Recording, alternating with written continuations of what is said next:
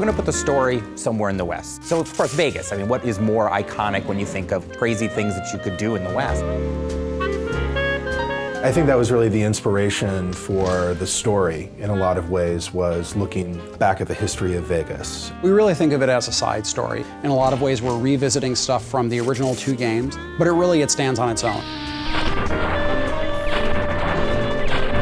The first thing our creative lead and our project director did was they sat down and they sort of examined what sort of themes they wanted to explore in New Vegas. Every Fallout game pretty much starts with war never changes. And the idea behind that is really that humanity has this unending appetite for killing each other.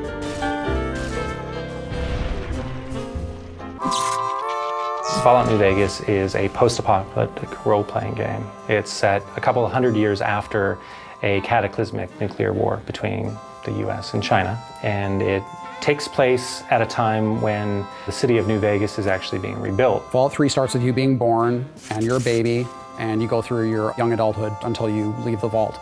In New Vegas, we wanted to say you start the game in a very Vegas sort of cliche style almost.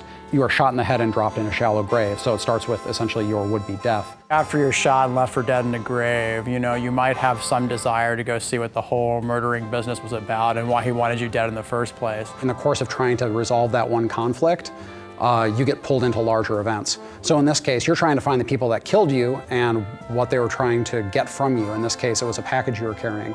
So, of course, as you go around, you find out that what you were carrying is centrally tied into this major conflict in the area between New California Republic and Caesar's Legion and Mr. House, who's the guy that sort of runs the strip in New Vegas.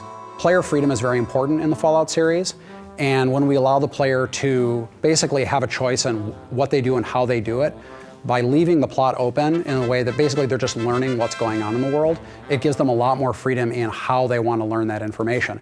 The environment is genuinely reacting to what you do as the player.